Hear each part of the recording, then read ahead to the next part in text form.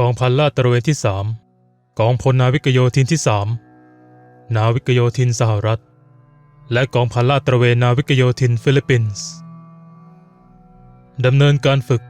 ปฏิบัติการทางยุทธวิธีระยะประชิด Close Quarter Battle Range ในห้วงการฝึกบาลิกาตัน 22 ที่ค่ายนาวิกโยธิน Marine Barrack Gregorio Lim Cavite ประเทศฟิลิปปินส์2 เมษายน 2022 บาลิกาตันเป็นการซ้อมรบประจำปีระหว่างกองทัพฟิลิปปินส์และกองทัพสหรัฐที่ออกแบบมาเพื่อเสริมสร้างความสามารถในการทำงานร่วมกันแบบทวิภาคีเพิ่มขีดความสามารถและความเชื่อมั่นเป็นความร่วมมือระดับทวิภาคีที่สร้างขึ้นจากประสบการณ์ร่วมกันหลายทศวรรษบาลิกาตันในภาษาตากาล็อกมีความหมายว่า shoulder to shoulder หรือเคียงบ่าเคียงไหล่การซ้อมรบร่วมที่มีมายาวนานระหว่างฟิลิปปินส์และสหรัฐอเมริกาโดยเน้นย้ำถึงความเป็นพันธมิตรที่อย่างรากลึกระหว่างทั้งสองประเทศการฝึกบาลิกาตัน 22 เป็นการฝึกร่วมในครั้งที่ 37 และเป็นการครบรอบ 75 ปีของความร่วมมือด้านความมั่นคงในฟิลิปปินส์ของสหรัฐ U.S. Marine Corps ถ่ายภาพโดย Corporal Jackson Dukes ในช่วง2 สัปดาห์ที่ผ่านมาผู้เข้าร่วมการฝึกเกือบ 9,000 คนจากกองทัพฟิลิปปินส์ The Armed Forces of the Philippines และกองทัพสหรัฐฝึกเคียงบ่าเคียงไหล่จากชายฝั่งทางตอนเหนือของเกาะลูซอนถึงปาลาวันโดยเน้นไปที่การรักษาความปลอดภัยทางทะเลการปฏิบัติการสะเทินน้ำสะเทินบกการฝึกยิงด้วยกระสุนจริงการต่อต้านการก่อการร้ายและความช่วยเหลือด้านมนุษยธรรมและการบรรเทาภัยพิบัติหลังจาก2 ปีของการแพร่ระบาดทั่วโลกกองกำลังสหรัฐและฟิลิปปินส์ได้ร่วมมือกันเพื่อดำเนินการอย่างเสร็จสิ้นสมบูรณ์ของการซ้อมรบบาลิกาตันครั้งใหญ่ที่สุดครั้งหนึ่งที่เคยจัดขึ้นอุปทูตรักษาการแทน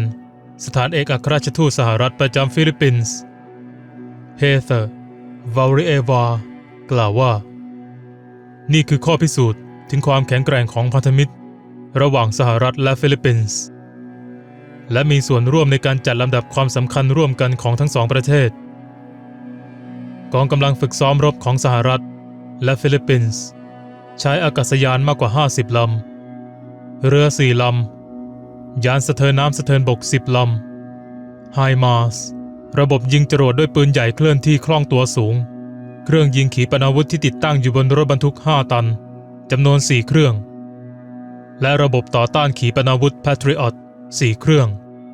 ระหว่างการฝึกบาลิกาตัน 22 ในปีนี้มีบุคลากรประมาณ40 คนจากกองทัพออสเตรเลีย The Australian Defence Force ประสบการณ์ที่ได้รับจากการฝึกในบาลิกาตันส่งเสริมความร่วมมือด้านความมั่นคงของเราและช่วยยกระดับความพยายามด้านความมั่นคงร่วมกันที่มีอยู่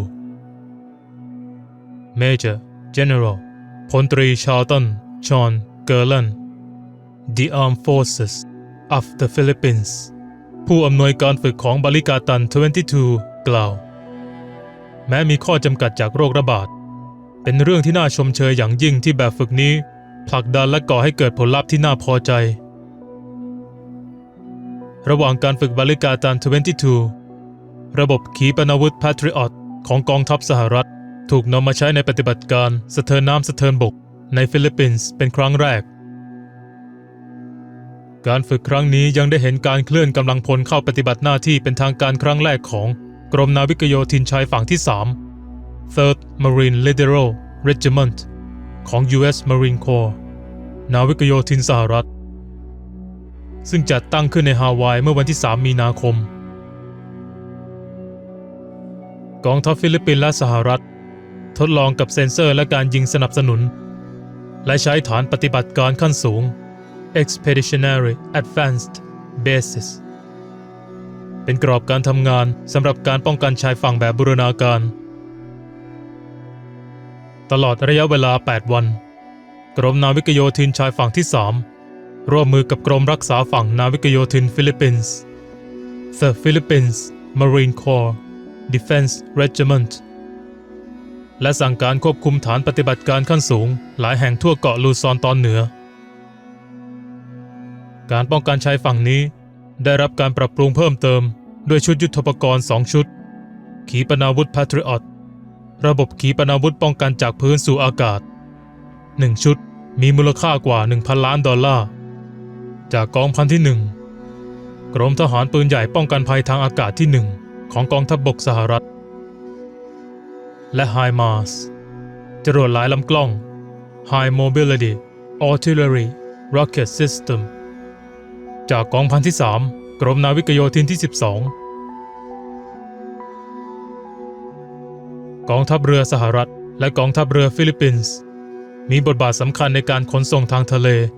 ให้บริการเรือเดินสมุทรและการสนับสนุนนอกชายฝั่งหลังการเสร็จสิ้นบาลิกาตันที่ประสบความสำเร็จอีกครั้งเป็นตัวอย่างที่ชัดเจนของความมุ่งมั่นร่วมกันของเราในการยกระดับสันติภาพและเสถียรภาพในภูมิภาคอินโดแปซิฟิก Brigadier General พันเอกโจเซฟ เคลฟิลด์รองผู้บังคับการกองกำลังนาวิกโยธินภาคพื้นแปซิฟิกของสหรัฐอเมริกากล่าวว่าผลจากความพยายามร่วมกันของเรากำลังพลของเราได้เติบโตร่วมกันด้วยมิตรภาพและเราพร้อมยิ่งขึ้นในฐานะทีมที่เหนียวแน่นและเป็นหนึ่งเดียวที่จะตอบสนองต่อวิกฤตหรือความท้าทายใดๆกองทัพฟิลิปปินส์และกองทัพสหรัฐยังดำเนินโครงการช่วยเหลือด้านมนุษยธรรมและพลเมืองหลายโครงการรวมถึงการปรับปรุงโรงเรียนประถม 4 แห่งความร่วมมือด้านสาธารณสุขในชุมชนและการแลกเปลี่ยนการกู้ภัยฉุกเฉินขั้นสูงและเทคนิคการช่วยชีวิตโครงการก่อสร้างการมีส่วนร่วมด้านสุขภาพและกิจกรรมชุมชนสัมพันธ์เหล่านี้ช่วยปรับปรุงโครงสร้างพื้นฐานในท้องถิ่นอำนวยความสะดวกในการแลกเปลี่ยนทักษะการช่วยชีวิตทางการแพทย์และกระชับความสัมพันธ์ระหว่างชุมชนท้องถิ่นกับกองกำลังทหารของฟิลิปปินส์และอเมริกาในขณะที่ปฏิบัติการบาลิกาตันใกล้จะยุติลงกองกำลังฟิลิปปินส์และสหรัฐจะยังคงฝึกและยืนหยัดร่วมกันเป็นกิจวัตรระหว่างการฝึกและการริเริ่มอื่นๆที่จะเกิดขึ้นตลอดทั้งปีเพื่อส่งเสริมความพร้อมการทำงานร่วมกันมิตรภาพและความมั่นคง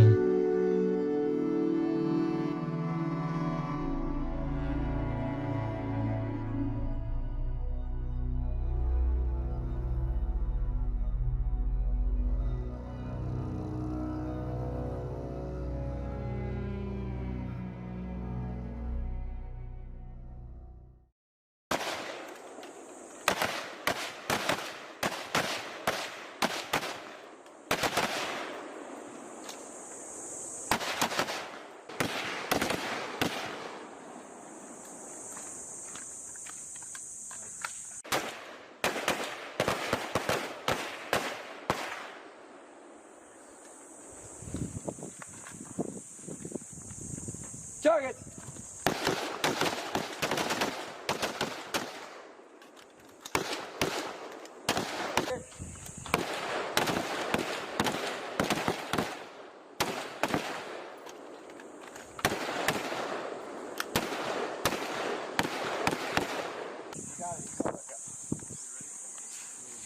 What's that? Target! Make sure to get a little further in your shoulder. It's just a...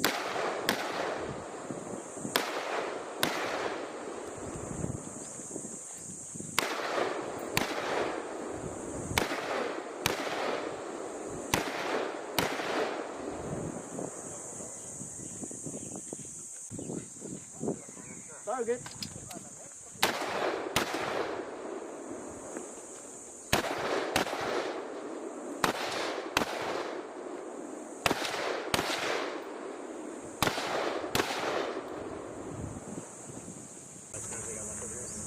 Target.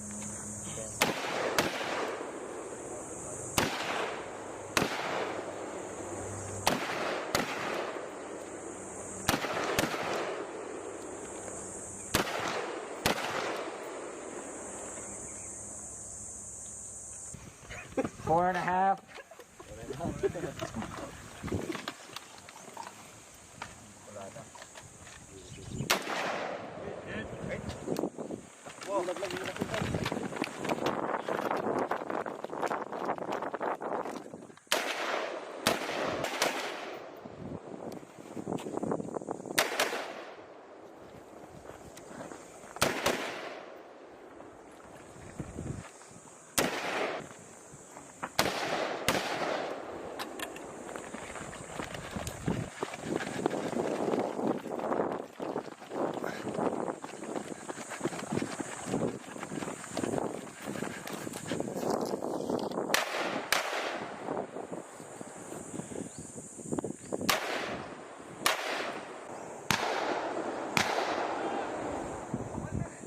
Hit.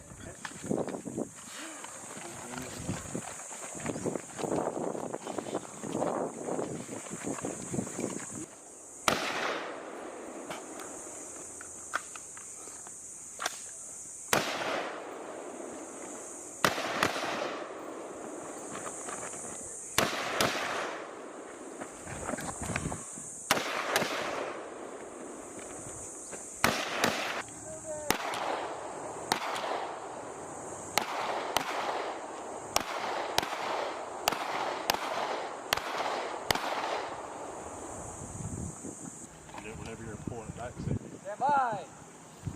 Target. Target.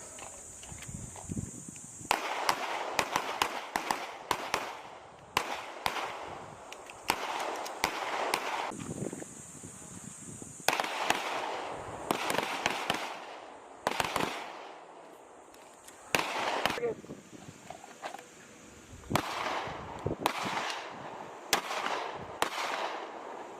Shooter, stand by. Target.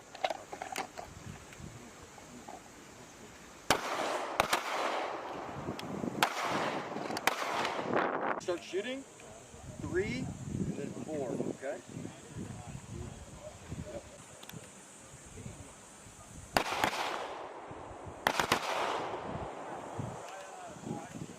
Targets.